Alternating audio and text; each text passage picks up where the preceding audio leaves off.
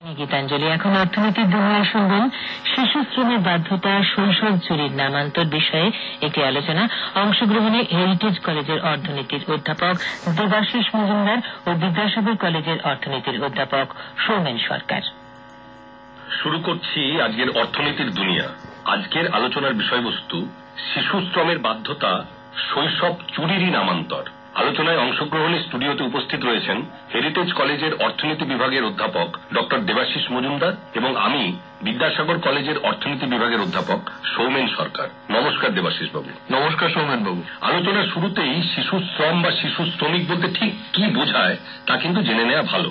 সাধারণত 5 থেকে 14 বছর বয়সী বাচ্চারা যখন আয় সৃষ্টিকারী কোনো কাজে নিযুক্ত থাকে তখন তাদেরই শিশু শ্রমিক বলা হয় এবং তাদের প্রযুক্ত শ্রমকেই কিন্তু আমরা শিশু শ্রম বলতে পারি। আন্তর্জাতিক শ্রম সংস্থা আইএলও তথা ভারতের শিশু শ্রম সংক্রান্ত আইনেও ঠিক এইভাবেই শিশু শ্রমিকের সংজ্ঞা দেওয়া হয়েছে। আচ্ছা, তবে শিশুরা যদি তাদের স্কুলের ছুটির পরে বা ছুটির দিনে পারিবারিক স্তরে বা পকেট মানির জন্য কিছু গঠনমূলক কাজকর্মে নিযুক্ত থাকে যেখানে তাদের অন্যান্য কোনো ধরনের ক্ষয়ক্ষতির সম্ভাবনা নেই, তাকে কিন্তু আমরা এইভাবে সমালোচনা করতে পারি না বা শিশু শ্রম বলতে যেটা আমরা বোঝাই সেটা বলতে পারি না। সেটাকে কিন্তু আমরা আমাদের উচিত উৎসাহ দান করা। আচ্ছা, দেখুন সৌমেনবাবু, এটা ঠিক যে বিশ্বের স্বল্পোন্নত এবং উন্নয়নশীল দেশগুলিতে বর্তমানে এই শিশু শ্রমের অস্তিত্ব একটা গুরুতর আর্থ সামাজিক সমস্যা এবং ইউনিসেফ প্রদত্ত তথ্য অনুযায়ী আমরা দেখতে পাচ্ছি পৃথিবীর বিভিন্ন দেশে শিশু শ্রমিকের মোট সংখ্যা প্রায় 150 মিলিয়ন এবং ভারতে মোট শ্রমশক্তি প্রায় 13% কিন্তু শিশু শ্রমিক। একদমই, ভারতে এই সমস্যা বেশ প্রকট। তা কিন্তু সামান্য পরিসংখ্যান ঘেটে দেখলেই আমরা বুঝতে পারি। যেমন 1994 সালে ফলিত অর্থনীতির গবেষণার যে জাতীয় কাউন্সিল, যাকে আমরা NCAER বলি, তাদের হিসেবে তারা দেখিয়েছিল যে এই সময়ে ভারতে 6 থেকে 14 বছর বয়সের 179 মিলিয়ন শিশুর মধ্যে শিশু শ্রমিকের পরিমাণ ছিল প্রায় 90 মিলিয়ন, 50%, প্রায় 50%। এবং এরপর যদি আমরা ভারতের জনগণনা সম্পর্কিত তথ্য বিচার করি তবে দেখি 2001 সালে ভারতের শিশু শ্রমিকের সংখ্যা ছিল প্রায় 12.6 মিলিয়ন এবং 2011 সালে তা কমে হয়েছে 10 মিলিয়ন।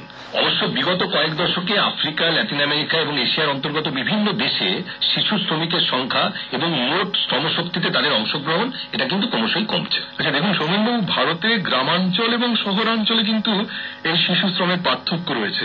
জনগণনা সংক্রান্ত তথ্য অনুযায়ী আমরা দেখতে পাচ্ছি 2001 সালে ভারতে মোট 12.6 মিলিয়ন শিশু শ্রমিকের মধ্যে গ্রামাঞ্চলে শিশু শ্রমের অংশ ছিল প্রায় 89% এবং 2011 সালে এই অংশ সামান্য কমে হয়েছিল প্রায় 80%। অর্থাৎ ভারতে শিশু শ্রমের প্রাধান্য গ্রামাঞ্চলে কিন্তু বেশি দেখতে পাচ্ছে। এছাড়া 2011 সালে ভারতে মোট শিশু শ্রমিকদের মধ্যে মেয়েদের অংশ যেখানে ছিল প্রায় 44%, সেখানে ছেলেদের অংশ ছিল প্রায় 56%। এবং এটাও ঠিক যে কৃষিকাজেই কিন্তু সমস্ত যে শিশু শ্রমিক তার প্রায় 70% নিযুক্ত থাকে। আচ্ছা, এখন প্রশ্ন হচ্ছে যে এই শিশু শ্রম বা শিশু শ্রমিক সৃষ্টির পেছনে প্রধান কারণগুলো কি কি? ভারতের শিশু শ্রমিক সৃষ্টির কারণগুলোকে আমরা অর্থনীতির দিক থেকে আমরা বিচার করব স্বাভাবিকভাবেই। একটা হচ্ছে শিশু শ্রমিকের জন্য চাহিদা, আরেকটা হচ্ছে শিশু শ্রমিকের যোগান।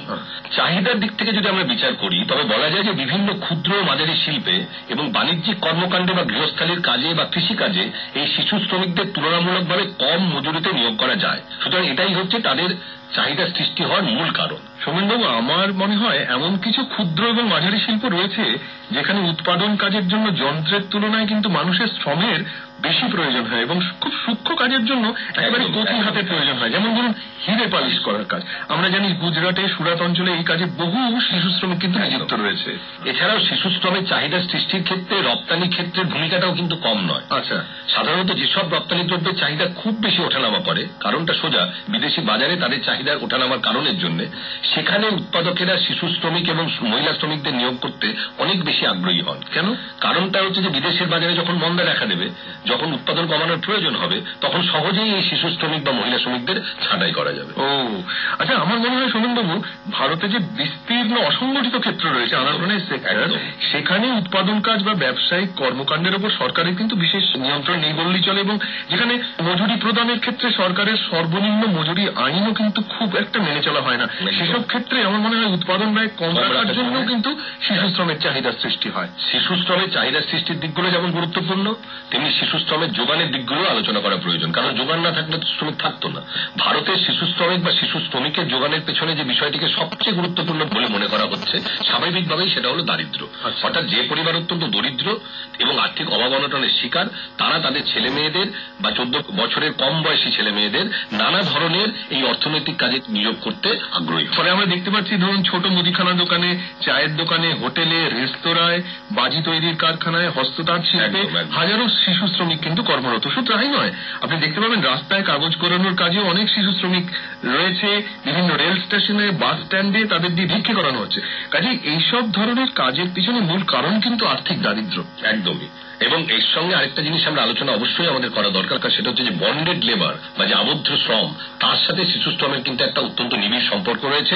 এবং অনেক ক্ষেত্রে দেখা যায় যে কোনো ঋণগ্রস্ত পরিবার, সে তাদের পরিবারের ছেলে মেয়েদের এই বেগার খাটার কাজে কিন্তু নিয়োগ করছেন। এই জিনিস আমরা অন্ধ্রপ্রদেশ, তামিলনাড়ু সহ বিভিন্ন রাজ্যে আমরা দেখতে পাই, এবং আপনি আলোচনা করলে এগুলো কিন্তু আরো বেশি পরিষ্কার হবে। হ্যাঁ, দেখুন কিছু গবেষক মনে করছেন যে গ্রামাঞ্চলে যদি স্বল্প ব্যয়ে প্রাথমিক শিক্ষা গ্রহণের উপযুক্ত সুযোগ না থাকে, তবে সেই কারণেও কিন্তু শিশু শ্রমের যোগান বাড়তে পারে। আবার দেখা যাচ্ছে বাবা মা ধরুন নিরক্ষর, সেই সমস্ত পরিবারে কিন্তু শিশু শ্রমিকের প্রাধান্য অনেক বেশি। আবার বেশ কিছু অর্থনীতিবিদ তাদের গবেষণায় দেখাচ্ছেন যে ধরুন শহর থেকে যখন গ্রামে শ্রমিক প্রচলন হচ্ছে, লেবার মাইগ্রেশন হচ্ছে, তার ফলে কিন্তু শহরে শিশু শ্রমের যোগান বাড়ছে। এখন প্রশ্ন হচ্ছে সোমেনবাবু, শিশু শ্রমিকের অস্তিত্ব আমাদের অর্থনীতিকে বা অর্থনৈতিক প্রগতিকে কিভাবে বাধাপ্রাপ্ত করছে বা প্রভাবিত করছে? নানাভাবে প্রভাবিত করছে এবং অবশ্যই বাধাপ্রাপ্ত করছে। শিশু শ্রমের অর্থনৈতিক প্রভাব সম্পর্কে নানা ধরনের গবেষণা হয়েছে এবং তাতে এই বিরূপ প্রভাব আরো বেশি স্পষ্ট হয়েছে। এটা ঠিক যে কোনো দরিদ্র পরিবারের আর্থিক নিরাপত্তা সুনিশ্চিত না হয়, তারা শিশুদের নানা ধরনের আয় সৃষ্টিকারী কাজে নিয়োগ করে। তবে দেখা যায় যে বেশিরভাগ ক্ষেত্রে পরিবারের মোট আয়ে ওই শিশু শ্রমিকদের অবদান বা শিশু শ্রমের তাদের যে আয়ের অবদান, সেটা কিন্তু যথেষ্ট নয়। এবং সব থেকে যেটা গুরুত্বপূর্ণ বিষয়, যেটা আমাদের উদ্বেগের বিষয়, সেটা হচ্ছে এই আয় কিন্তু অনেক ক্ষেত্রেই গঠনমূলক কাজে নিয়োজিত না হয়ে পরিবারের বড়দের দ্বারা তারা কিন্তু নানা ধরনের ভোগ ব্যয় এবং নেশার কাজে তারা ব্যবহার করছেন। আমরা এই প্রসঙ্গে একটা সাম্প্রতিক গবেষণার কথা উল্লেখ করতে পারি। পশ্চিমবঙ্গের হাওড়া জেলায় আমতা এবং সাকরাইল এই দুটো ব্লকে 112 জন শিশু শ্রমিকের উপর একটা গুরুত্বপূর্ণ গবেষণাপত্র প্রকাশিত হয়েছে। তাতে দেখা যাচ্ছে যে তারা অত্যন্ত অসন্তুষ্ট, তাদের অনেক সময় জোর করে কাজ করানো হচ্ছে এবং তাদের যে আয়, সেই আয় তারা ব্যবহার করার অধিকার পাচ্ছে না, সেই অধিকার ব্যবহার করছে কিন্তু বড়রা। আচ্ছা সোমেনবাবু, আমরা যদি ভারতে ক্ষুদ্র এবং মাঝারি শিল্পের দিকে তাকাই, তবে দেখছি অনেক সময় এইসব শিল্প উৎপাদন ব্যয় কমিয়ে আনার জন্য কিন্তু শিশু শ্রমিক নিয়োগ করছে। কিন্তু দেখা যাচ্ছে যে দীর্ঘকালীন সময় ওইসব শিল্প সংস্থা উৎপাদনে কিন্তু দক্ষতার সৃষ্টি করতে পারছে না এবং তাদের প্রতিযোগিতামূলক শক্তি নষ্ট হচ্ছে। কারণ তারা যখন সস্তায় শিশু শ্রম নিয়োগ করার সুযোগ পাচ্ছে, তখন উন্নত প্রযুক্তি যেটা ব্যয়বহুল, সেটা নিয়ে তারা আগ্রহী হচ্ছে না। এই কারণে দীর্ঘকালীন সময় কিন্তু সেই সমস্ত শিল্প উন্নত হতে পারছে না। একদমই ঠিক। এই প্রসঙ্গে আরেকটি বিষয় উল্লেখ করা খুবই প্রয়োজন। অনেক সময় দেখা যায় যে শিশু শ্রমিকেরা নানান বিপজ্জনক উৎপাদন কাজে নিযুক্ত রয়েছে। যেমন তামিলনাড়ুর শিবকাশী অঞ্চলে যেসব বাজি কারখানা রয়েছে, তাতে তারা প্রচুর শ্রমিক নিযুক্ত রয়েছেন এবং প্রায় এসব কারখানায় নানা ধরনের দুর্ঘটনা ঘটে এবং তার ফলে তারা আহত হয়, এমনকি তাদের প্রাণহানি পর্যন্ত ঘটে। একদম ঠিক সোমেনবাবু, আমরা যেটা দেখতে পাচ্ছি যে শিশু শ্রমিকেরা যদি এরকম বিপজ্জনক কাজে নিযুক্ত থাকে, তবে তাদের স্বাস্থ্যের দ্রুত অবনতি হয় এবং দুর্ঘটনার কারণে তাদের কর্মক্ষমতা হারাতে পারে। ফলে তাদের উপার্জন ক্ষমতা কিন্তু খুব তাড়াতাড়ি কমে আসে। যেমন ধরুন কাশ্মীরে কার্পেট শিল্প বলুন, এমব্রয়ডারি শিল্প বলুন, সেখানে শিশু শ্রমিকদের দীর্ঘক্ষণ না একই ভঙ্গিতে বসে থাকতে হয় এবং তার ফলে চোখ এবং পেশির ক্ষতি হচ্ছে। আমরা দেখতে পাচ্ছি মোরাদাবাদে কাঁসা পিতল শিল্প, আলিগড়ে তালা শিল্প, মধ্যপ্রদেশে স্লেট পেন্সিল শিল্প, প্রচুর শিল্প, এই সমস্ত শিল্পে শিশু শ্রমিক নিযুক্ত এবং তারা কিন্তু নানা রকম শারীরিক অসুস্থতার শিকার। ফলে তাদের কিন্তু দীর্ঘকাল ধরে উপার্জন ক্ষমতা থাকছে না। স্বাভাবিকভাবেই শিশু শ্রমিকেরা কিন্তু একটা স্বল্প আয়ের দুষ্ট চক্র, যেটা ইকোনমিক্সে আমরা বিখ্যাত যেটা বলি ভিসিয়াস সার্কেল, তার মধ্যেই কিন্তু আবদ্ধ থাকে। এই চক্রে শুরু হয় স্বল্প আয় দিয়ে। স্বল্প আয়ের ফলে স্বল্প ভোগ ব্যয়ের ক্ষমতা বা উপযুক্ত শিক্ষা গ্রহণের অক্ষমতা, এর ফলে উপযুক্ত দক্ষতার সৃষ্টি হচ্ছে না এবং তার ফলে আয় উপার্জন করার ক্ষমতা কমে যাচ্ছে। ফলে আবার সেই স্বল্প আয়ের দুষ্ট চক্রের মধ্যেই তারা বাধা পড়ে যাচ্ছে। অসম্ভব একটা অবস্থা। এই প্রসঙ্গে আমরা বলতে পারি যে সমাজে শিশু শ্রমিকেরা যখন তাদের এই যে কর্মক্ষমতা যেটা খুব তাড়াতাড়ি হারিয়ে ফেলছে, তখন সেই দেশ কিন্তু ডেমোগ্রাফিক ডিভিডেন্ড, যেটাকে আমরা বলি জনসংখ্যায় কর্মক্ষম যুবশক্তি থেকে যে লাভ, সেটা থেকে বঞ্চিত হতে পারে। তারা যখন শিশু শ্রমিকে পরিণত হচ্ছে, তখন স্কুল ছুট, যেটাকে ড্রপ আউট বলি, তার সংখ্যা বাড়ছে এবং তার ফলে তারা কিন্তু উপযুক্ত শিক্ষায় শিক্ষিত হতে পারছে না। সেটা ভারতবর্ষের পক্ষে খারাপ, মানে মানব মূলধন সৃষ্টি হচ্ছে না। একদমই। এছাড়া অর্থনীতিতে শিশু শ্রমের অস্তিত্ব থাকলে শ্রমের বাজারে একটা অদ্ভুত বিভাজন সৃষ্টি হয়। একদিকে দেখা যায় যে সংগঠিত ক্ষেত্র, যেখানে শ্রমিকেরা কর্মরত রয়েছে, সেখানে স্বাভাবিকভাবে নানান আইন কানুন কারণের কারণে আমরা শিশু শ্রমিকদের নিয়োগ করতে পারছি না, ফলে তারা সেসব সুযোগ সুবিধাও পাচ্ছে না। অন্যদিকে তারা গিয়ে অসংগঠিত ক্ষেত্রে তারা নিযুক্ত হচ্ছেন, সেখানে কোনো ধরনের কাজের পরিবেশের দিক থেকে বলুন, তাদের কাজের যে নিরাপত্তা সেই দিক থেকে বলুন, কোনো ধরনের সুযোগ সুবিধা তারা পাচ্ছে না। তাছাড়াও খুবই সস্তায় শিশু শ্রম নিয়োগ করা সম্ভব হয় এবং তাদেরকে দীর্ঘক্ষণ খাটিয়ে নেওয়ার এই প্রবণতা থাকায় কর্মক্ষেত্রে একটা শোষণের আবহ বা এক্সপ্লয়টেটিভ কন্ডিশন সেটাও সৃষ্টি হচ্ছে। এতে শিশু শ্রম নিয়োগকারী শিল্পের প্রকৌশলগত উন্নয়নের তাগিদও কমে যাচ্ছে এবং ফলে সার্বিকভাবেই দেশের কিন্তু শিল্প উৎপাদন দীর্ঘকালীনভাবে ক্ষতিগ্রস্ত হচ্ছে। একেবারেই ঠিক। এতক্ষণ আমরা যে আলোচনা করলাম তাতে ভারতের শিশু শ্রমের সমস্যা এবং তার অর্থনৈতিক প্রভাব সম্পর্কে খানিকটা ধারণা পাওয়া গেল, ঠিক। তবে যেটা জানা দরকার তাহলে এই সমস্যা কিভাবে মোকাবেলা করব। এই সমস্যা সমাধানের জন্য ভারত সরকার বেশ কিছু আইনি পদক্ষেপ নিয়েছে, ঠিকই। দেখতে পাচ্ছি 1986 সালে শিশু শ্রম নিষিদ্ধকরণ এবং নিয়ন্ত্রণ আইন পাশ হয়েছে। এই আইন অনুযায়ী 14 বছরের কম বয়স্ক শিশুদের বিপজ্জনক কোনো কাজে নিয়োগ করা যাবে না। এছাড়া এই শিশুদের গৃহকাজে, হোটেলে বা রেস্তোরাঁয় নিয়োগ করা যাবে না। তবে 2016 সালে আমরা দেখতে পাচ্ছি এই আইনের সংশোধনীতে একেবারে নির্দিষ্ট করে বলে দেওয়া হয়েছে যে ঠিক কিরকম কাজে তাদের নিয়োগ করা যাবে। যেমন শিশুদের স্কুলের সময়ের পর পরিবার ভিত্তিক উৎপাদন কাজে কিন্তু নিয়োগ করা তাদের যেতে পারে। এছাড়া 2000 সালে ভারতে কিশোরদের ন্যায় বিচার আইন, জুভেনাইল জাস্টিস অ্যাক্ট, এটা পাশ হয়েছিল।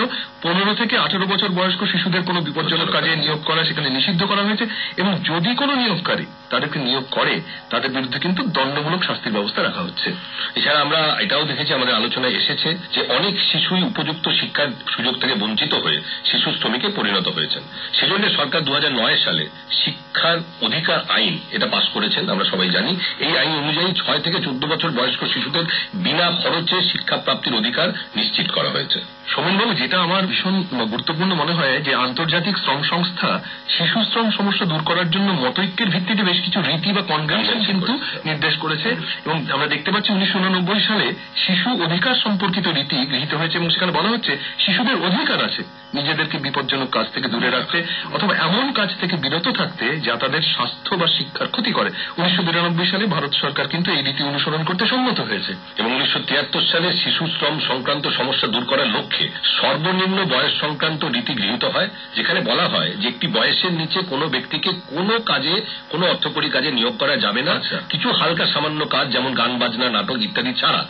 2017 সালে কিন্তু ভারত সরকার এই রীতি অনুসরণ করতে পুরোপুরি সম্মত হয়েছেন এবং আইএলও সদস্য হিসেবে ভারত 170তম দেশ যারা এই রীতি শেষ পর্যন্ত মেনে নিয়েছে। আর এর সঙ্গে আমি আরেকটা বিষয় যোগ করতে চাই। 1999 সালে আইএলও নিকৃষ্টতম প্রকারের শিশু শ্রম রীতি যেটা গ্রহণ করেছিল সেখানেও বলা হয়েছিল যে শিশুদের জোর করে কোনো কাজে নিয়োগ করা, ভৃত্য হিসাবে কাজ করানো, নেশাদ্রব্য পাচার করার কাজে ব্যবহার করা, সশস্ত্র আন্দোলনে যুক্ত করা, যেটা আমরা এখনো দেখতে পাচ্ছি, ইত্যাদি করা যাবে না।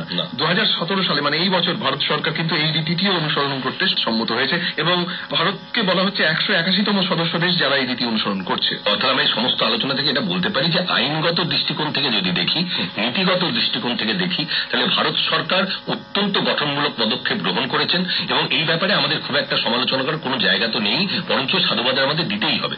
কিন্তু খুব গুরুত্বপূর্ণ বিষয় সেটা হলো শুধুমাত্র সরকারি আইন করে কিন্তু এই সমস্যার সমাধান একেবারেই সম্ভব নয়। এ বিষয়ে সমগ্র সমাজের একটা সম্মিলিত প্রচেষ্টা প্রয়োজন, যেখানে জনসাধারণকে যেমন এগিয়ে আসতে হবে, তার সাথে সাথে যে সমস্ত এনজিও তারা যে সমস্ত গঠনমূলক কাজকর্ম করছে তাদের এগিয়ে আসতে হবে, অন্যান্য যে সমস্ত সামাজিক সংস্থা রয়েছে এমনকি রাজনৈতিক দল তাদেরকেও এই ব্যাপারে সচেতন হতে হবে।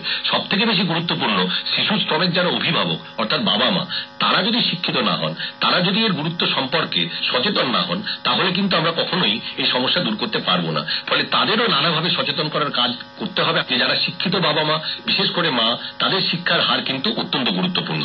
ফলে এটা একটা সামাজিক আন্দোলনে পরিণত হোক, এটাই আমরা চাইবো। আর সোমেনবাবু, আমার যেটা মনে হয় যে আইনের বেড়াজাল যখন বাড়ছে তখন কিন্তু অদৃশ্য শিশু শ্রমের সমস্যা বাড়ছে, কারণ নিয়োগকারী যারা আইন বাঁচাতে কোনো শিশু শ্রমিকের নাম খাতায় কলমে উল্লেখ করছে না, ফলে শিশু শ্রমের অস্তিত্ব কিন্তু প্রমাণ করা যাচ্ছে না। কাজেই আমার মনে হয় যে শুধু সরকারের পক্ষে একার পক্ষে নয়, এর সঙ্গে সরকার এবং বেসরকারের যৌথ উদ্যোগ দরকার এবং আমরা দেখতে পাচ্ছি সম্প্রতিকালে ইউনিসেফ এবং ভারত সরকার সম্মিলিতভাবে শিশু শ্রম রোধের জন্য নানান পদক্ষেপ গ্রহণ করছে এবং আমার মনে হয় যে দীর্ঘকালীন সময়ে আমরা যদি এভাবে এগোতে পারি তাহলে ভারতবর্ষ থেকে শিশু শ্রমের যে কলঙ্ক সেটা আমরা মুছে ফেলতে পারবো।